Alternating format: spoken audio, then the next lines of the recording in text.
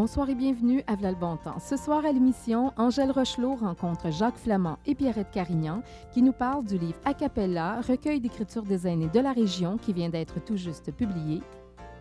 Pour les amoureux du jardinage, l'équipe de Sentez-vous bien nous présente une chronique qui a pour thème un jardin à sa fenêtre.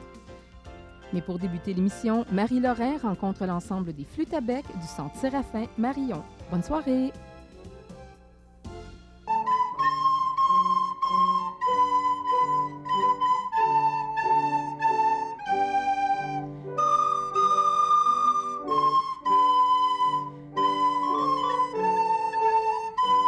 Bonsoir, je suis Marie Lorrain et ce soir, nous nous rassemblons au Centre de jour Séraphin Marillon d'Orléans pour vous présenter des aînés qui étudient la flûte à bec.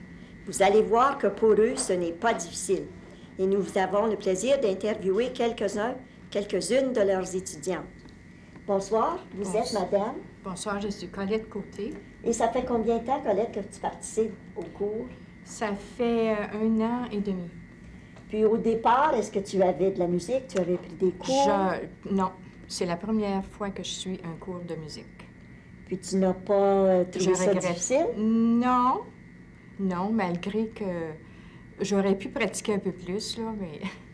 Puis ce qui t'a incité à venir et participer au cours, c'était quoi? J'adore la musique, mais pour moi, ce que j'ai aimé le plus, c'est apprendre la théorie. Parce que je trouve que c'est très, très pratique. Surtout le solfège, que j'ai aimé, parce que là, disons, quelquefois, je prends une feuille musicale et je viens à bout de défricher l'air. Alors, je trouve ça extraordinaire. Oui. Alors, ça fait des belles heures. Ça fait des belles heures. C'est un beau loisir, un beau passe-temps. Et j'aime aussi jouer la flûte, parce que c'est... Puis tu nous as dit tout à l'heure que ça te permettait de même pouvoir suivre la musique à l'église. Oui. À la messe, il y a souvent des parties de la messe qu'on n'a pas eu la chance de pratiquer. Et c'est très facile de suivre quand on sait les notes. Alors, continue ton beau travail. Merci bien. On a avec nous une des personnes qui s'est beaucoup occupée du cours, qui s'appelle Madame Gisèle Santerre. Bonjour. Gisèle était une musicienne qui faisait du piano et qui faisait toutes sortes d'autres choses au plan musique aussi, chanter et tout ça. Puis un bon jour, elle s'est lancée dans la flûte. Alors, dis-nous, ça a fait quoi? Qu'est-ce qui a fait que tu as voulu t'impliquer quand le cours a été annoncé? Bien, au début, lorsque Marie-Jeanne nous a proposé d'offrir des cours de flûte, je joue du piano, mais j'avais jamais appris la flûte. Alors, j'ai dit, c'est le temps d'en profiter, jamais trop tard. Et puis ensuite, ce qui m'a donné l'occasion d'enseigner le solfège, pas le solfège, la théorie, comme la valeur des notes, comment lire les notes sur la portée et tout. Et puis ça a fait que ton talent musicienne a été si on peut appeler ça donné aux autres. C'est plutôt un passe-temps. Et puis comment dirais-tu au plan, là, après qu'on sait jouer du piano, entrer dans la flûte pour quelqu'un qui nous écoute et qui ne l'a jamais fait, là? C'est très facile. Il s'agit de s'y mettre puis de pratiquer. C'est tout. Ça demande quelques heures de pratique. Oui, il faut pratiquer, comme pour toute autre chose. Alors, merci beaucoup, Gisèle. Puis on sait aussi que tu as parfois substitué quand la directrice du cours n'était pas là. Alors ça aussi, c'est apprécié par... C'est-à-dire que nous avons fait de la révision. De la révision. On va appeler ça. Merci, Gisèle. Merci. Bonsoir. Bonjour. Vous êtes madame? Noëlla Potvin. Puis Noëlla, toi, tu chantes beaucoup. On t'entend partout. Je te suis parfois dans le dos à la messe. Je fais partie de la chorale, puis j'avoue que le solfège m'aide beaucoup aussi pour ça. Et puis moi, j'ai toujours aimé chanter. J'ai toujours joué de la musique par oreille. J'ai même un orgue à la maison. Et puis j'avais hâte d'apprendre des notes. Et puis actuellement, là, avec cette flûte avec-là, ça attire mes petits-enfants de 3 ans, 6 ans. Et puis j'avoue que dans le temps des fêtes, ça a été plaisant de pouvoir les accompagner dans les chants de Noël. Quelque chose, hein? Oui, ça fait plaisir de pouvoir jouer avec eux. Puis dirais-tu que pour un aîné, là, qui, comme toi, tu connaissais un peu la musique, là, ça t'a encouragé à passer des belles heures, là? Ah oui, ça fait longtemps que j'attendais ce moment-là d'apprendre les notes de musique et j'aimerais que ça continue longtemps encore. Puis je te gage, là, que tu as même essayé de toi-même d'autres chants que tu connaissais. Ah oui, j'avoue que des fois, ça m'embête parce que je continue à jouer par oreille, alors je me cherche sur la feuille après. C'est pas toujours avantageux, par exemple. Bien, on est contente que tu sois venue parce que les élèves d'un cours de musique comme ça, souvent, le cours commence une vingtaine, une trentaine et on finit un petit nombre. Puis c'est sans toutes vous autres ici aujourd'hui, le cours C'est n'aurait ça. pas continué. C'est ça, on a bien aimé le cours et puis on remercie nos professeurs.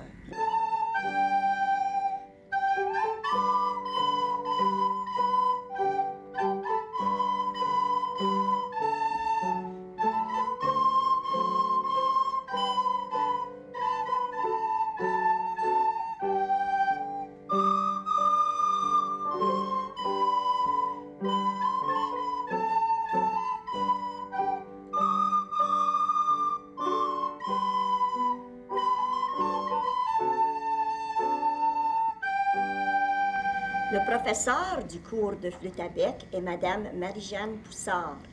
Marie-Jeanne, dis-nous, qu'est-ce qui a fait que tu as décidé d'un coup d'offrir tes services au Centre Séraphin-Marion pour un cours de flûte à bec? C'est que plusieurs en ont fait la demande. Alors, moi, comme j'aime beaucoup la musique, et puis il y a déjà une chorale ici, alors j'ai pensé qu'avec la flûte à bec, ce serait l'instrument le plus facile, ce que les étudiantes me disent non, mais je pense que ça prend beaucoup de souffle, c'est bien sûr.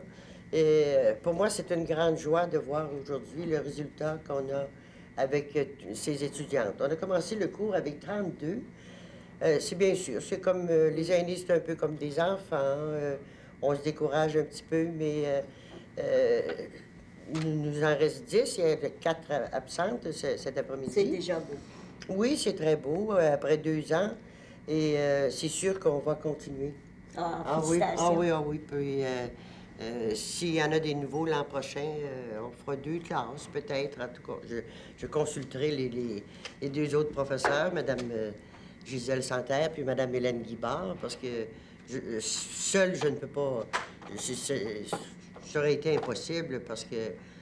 surtout que je m'absente souvent, puis Gisèle... franchement, elle m'a remplacé 3 mois cet hiver, puis je la remercie beaucoup, parce que si je ne l'avais pas eu, vraiment... Le cours serait tombé à l'eau. Elles ont fait du beau travail. Je suis arrivée, moi, la semaine passée, puis lundi, j'étais renversée de les entendre dans des airs folkloriques. Elles savent à peu près 15 à 20 pièces, et puis très bien joué, hein? Et je suis très heureuse de ça. Et puis, je suis heureuse aussi pour le centre de jour Séraphin-Marion, parce que ce centre-là me tient à cœur, je l'aime beaucoup. Et puis, bien, on va continuer, on va travailler fort. C'est le fun, j'aime bien ça. Et puis toi, Hélène, je sais que tu es allée te faire quérir, comme on dit, pour venir accompagner. Oui, bien, c'est que moi, la musique dans ma vie, là, c'est ce que vous voulez savoir. Ça fait quoi dans ta vie? Ça fait une grosse partie, hein? Ça fait que c'est toute ma vie, c'est une vraie thérapie pour moi.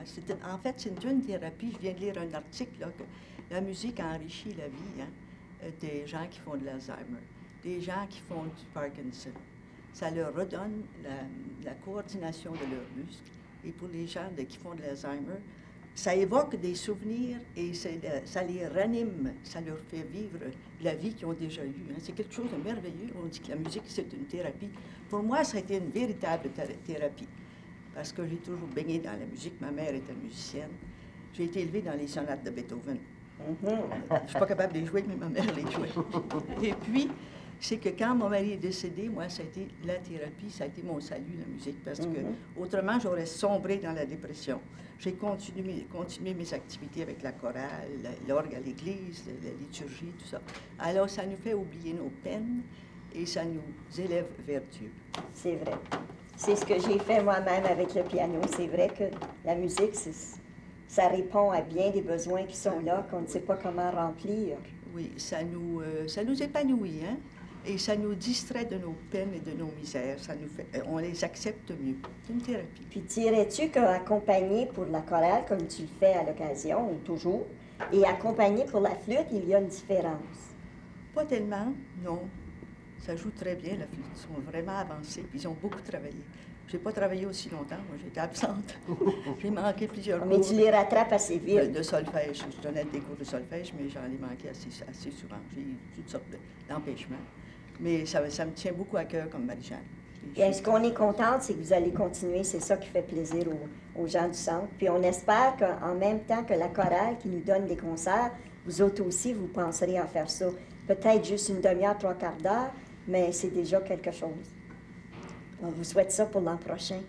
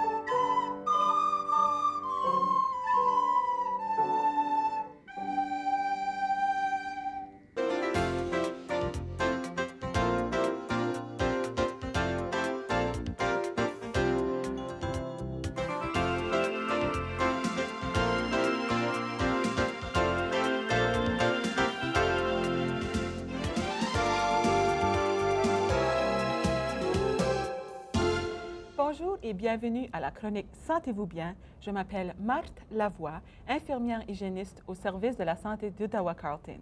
Mon invité d'aujourd'hui, Anne Bouillon, diététiste. Alors oui, nous allons parler d'alimentation. Mais aujourd'hui, je vous propose quelque chose d'un petit peu différent. Je ne sais pas si tu es comme moi, mais l'été ou le printemps est ici. Le soleil, la chaleur et que ça me donne envie de faire du nouveau, de commencer des nouveaux projets. Et moi, je propose qu'on fasse quelque chose d'un petit peu différent, mais qui est associé à l'alimentation et la santé mentale, c'est-à-dire le jardinage.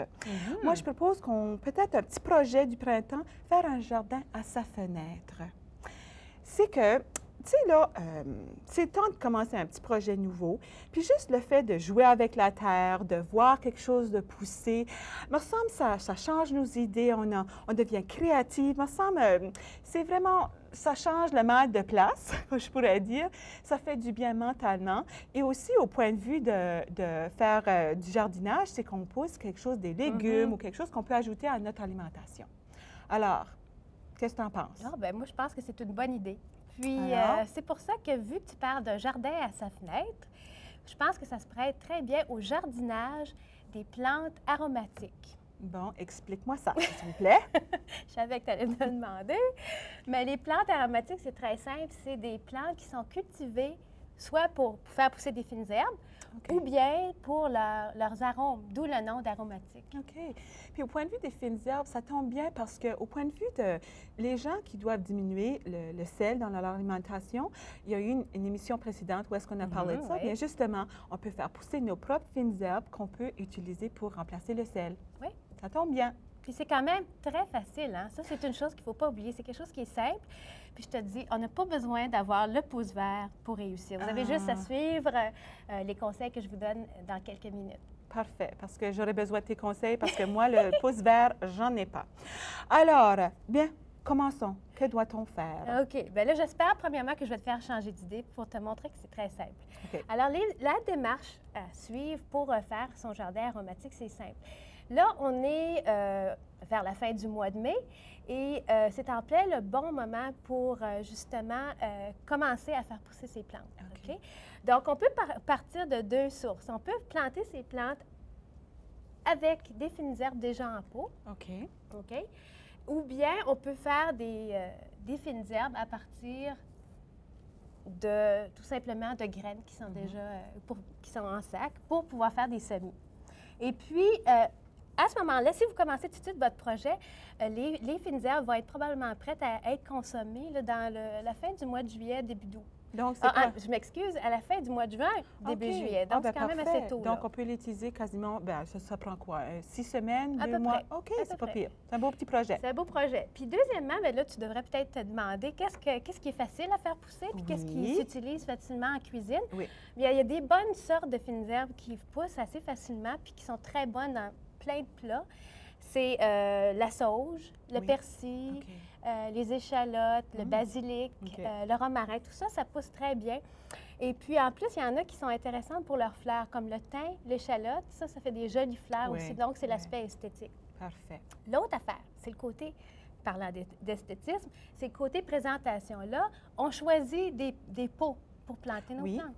Vu qu'on est sur le bord d'une fenêtre, on peut être assez fantaisiste ou assez élaboré en choisissant un genre de mini-jardin décoratif qu'on met à sa fenêtre. OK, ça, c'est très joli, puis c'est particulièrement indiqué pour des plantes en pot comme ça qu'on peut simplement transplanter directement. Parfait. Il y a des options plus économiques, par exemple. Il y a des options où est-ce qu'on peut soit recycler des anciens pots de plantes que j'avais déjà avant, ou même prendre un pot de yogourt, un pot de margarine, n'importe quoi, et faire des trous avec des clous pour bien drainer l'eau dans le plat. Parfait. OK? Parfait.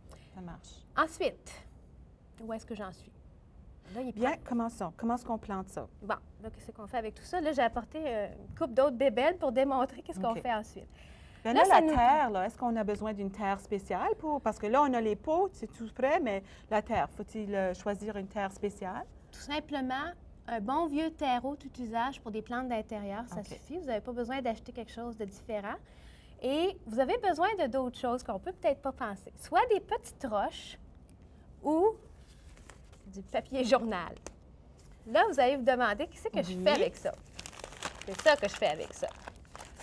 Je prends mon papier journal, admettons que j'utilise ce pot ici, et je le mets dans le fond de mon pot. Ça aide le drainage de la plante. OK. Parfait. Ensuite, tout simplement, ce que vous avez à faire par la suite, c'est ajouter un peu de terre. Bon, on va y aller un peu grossièrement. Oh, le beau dégât, Anne, c'est bien ça. Pas pire, hein? Bon, alors mon dégât est fait ici.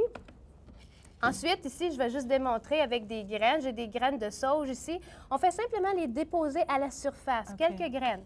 Pas besoin d'en avoir beaucoup. Pas toutes les graines, non? OK. Non. Puis ensuite, on recouvre d'un peu de terre, mais pas beaucoup, juste pour que ce soit recouvert.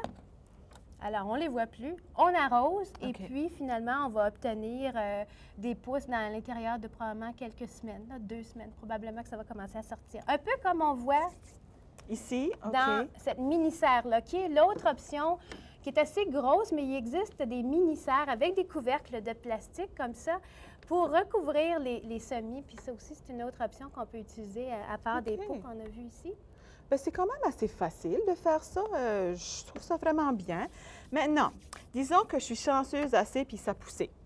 Qu'est-ce que je fais avec ça maintenant? J'ai des belles feuilles ou quand est-ce que je peux les utiliser? Bon, une fois que ma plante là, est sortie, admettons qu'elle a l'air de ça, après quelques semaines, bien, disons, celle-là doit avoir à peu près 1 mois de vieux. OK. Alors là, on peut commencer à la plante fraîche peut être coupée le matin, de préférence. Et puis là, on peut la garder au moins 1 semaine dans son réfrigérateur, dans un sac un petit peu comme ça, là, le sac genre fermeture éclair. Merci. OK, on peut les mettre dans le réfrigérateur. Oui. Qu'est-ce qui arrive, c'est que je suis tellement bonne que j'en ai des... Tu sais, j'en ai beaucoup. Je peux certainement en donner à mes voisins, à ma famille, tout ça. Mais si, est-ce que je peux les conserver un petit peu plus longtemps au congélateur ou qu'est-ce qui arrive? Bien, comme dans son sac ici, là, ça va très bien au congélateur. La seule différence, c'est que quand tu vas le dégeler, quand tu vas le sortir du congélateur, ils vont être plus foncés, puis peut-être un petit peu plus molles. Mais ça fait quand même, le goût est là. Tout le goût est là, mais c'est juste l'apparence. Alors, on peut le mettre dans ses sauces à spaghetti, dans ses plats préparés, puis ça fait très bien l'affaire. Parfait. Bon, encore une fois, ça, c'est pour les fines herbes qui sont fraîches, qu'on a congelées, mais est-ce qu'on peut les faire sécher ou bien comment est-ce qu'on peut les faire sécher? Bien, ça, c'est une autre bonne option parce que si, justement, comme la récolte est très bonne, il y a un truc qui est bien facile. Bon, et c'est le truc des soucoupes ou des assiettes. Là, j'ai pris ici comme exemple mon persil que j'avais en trop, que j'installe entre 2 assiettes. L'assiette du dessus, c'est tout simplement pour empêcher la poussière de se déposer sur les bonne idée. Il y en a de la poussière chez moi. Puis là, ensuite, on met ça sur le dessus du frigidaire, comme ça. Alors, la chaleur du frigidaire, au bout de 3 à 5 jours, ça va être assez pour sécher les plantes. Et puis, quand ils sont cassantes, puis sèches, là, ils sont prêts pour être mis en pot. Ça, c'est un exemple ici d'un Excel de menthe que j'ai fait sécher comme ça. Ils sont prêts à utiliser. Tu mets ça dans ton armoire, puis tu t'en sers comme tu veux. Dans les recettes. Oui. Bon, maintenant, Anne, recette. C'est-à-dire que j'ai toutes ces belles fines herbes-là.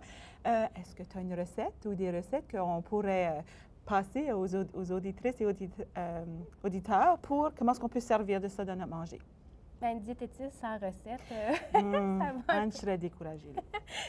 En fait, oui, j'ai apporté des recettes pour justement faire des mélanges de fines herbes. Tu sais, un peu comme on retrouve dans les supermarchés, là, déjà tout fait pour remplacer le sel. Eh bien, on peut faire notre propre mélange de fines herbes à partir des fines herbes qu'on aura fait pousser. Ou bien, vous pouvez les acheter aussi dans un magasin où est-ce qu'on vend des choses en vrac. Alors, on peut faire son propre mélange. Comme ça. Mais en fait, c'est ça. Bien, ça, c'est le fun, ça. Puis aussi, je pense justement, ça serait un beau petit cadeau à donner à quelqu'un, ça. Ah, ben oui. Notre propre mélange, là. Ben oui. Alors, si vous aimeriez d'avoir les recettes dont Anne nous a mentionné, vous pouvez communiquer avec Anne au numéro qui apparaît sur l'écran. Et c'est le numéro, le 724-4122 au poste 3740. Marthe, n'oublie pas quelque chose. Je sais qu'on est passé un petit peu vite à travers le résumé, là, comment faire son propre jardin. Alors, j'ai aussi un résumé de la marche à suivre pour réussir facilement son jardin aromatique. Alors, n'hésitez pas de le commander en appelant au même numéro de téléphone. Parfait, merci. Alors, tu sais, Anne, en regardant qu'est-ce qu'il y a ici puis tout ça, moi qui n'ai pas jardinière, je crois que je vais essayer mon coup. Je ne suis pas certaine que mon pouce va devenir vert, mais merci beaucoup. Ça m'a fait plaisir. J'espère que vous aussi, vous avez bien aimé l'émission et notre petit changement sur le bout d'alimentation. J'espère que votre pouce va devenir vert aussi. Alors, bon jardinage. Bonne bouffe et nous nous reverrons dans 2 semaines pour la prochaine chronique Sentez-vous bien.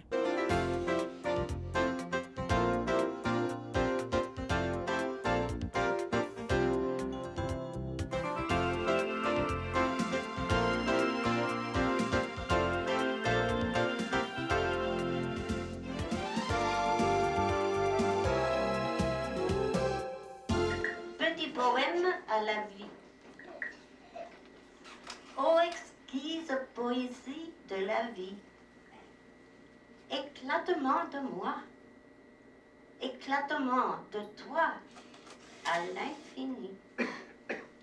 Apprivoise ce cœur fougueux qui m'habite, fais naître en mon sein l'âme immortelle de mes désirs.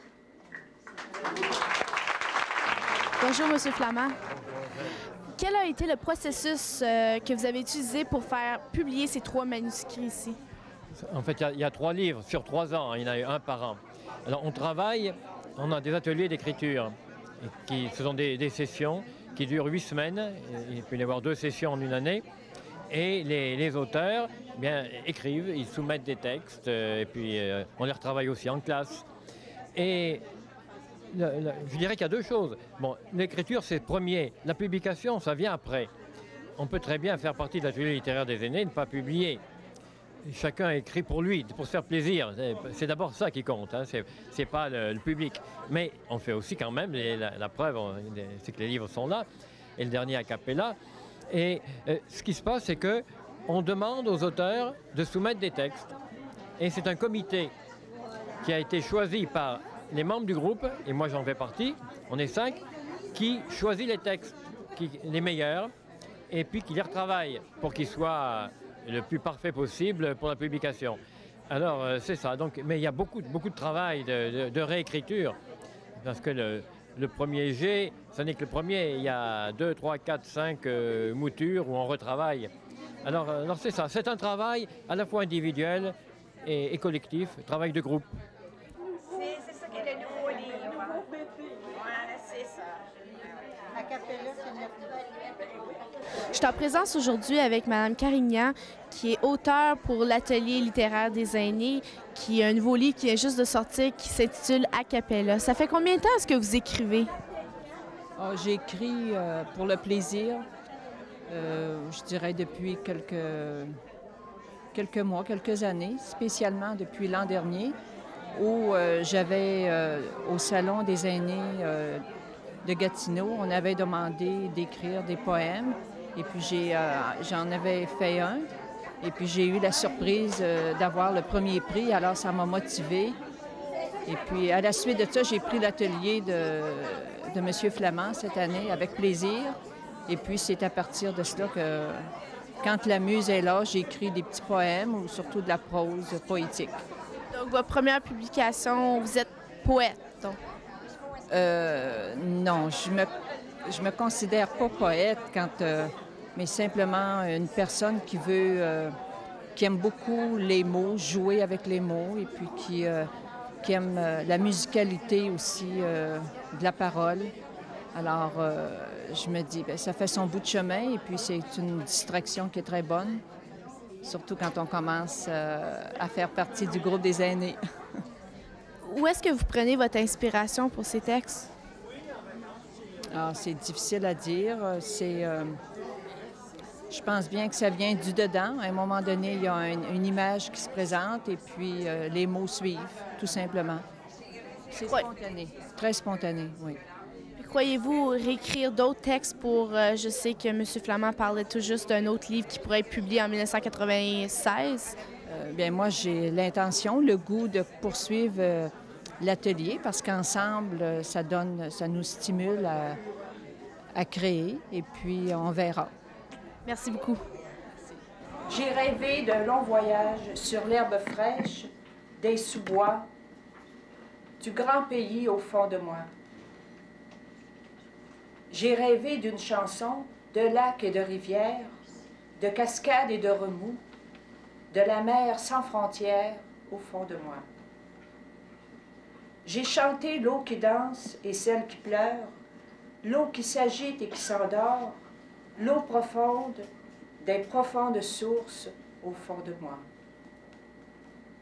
J'ai rêvé et je rêve encore de lumière et de danse, de musique et d'écriture, langue sauvage du grand pays au fond de moi.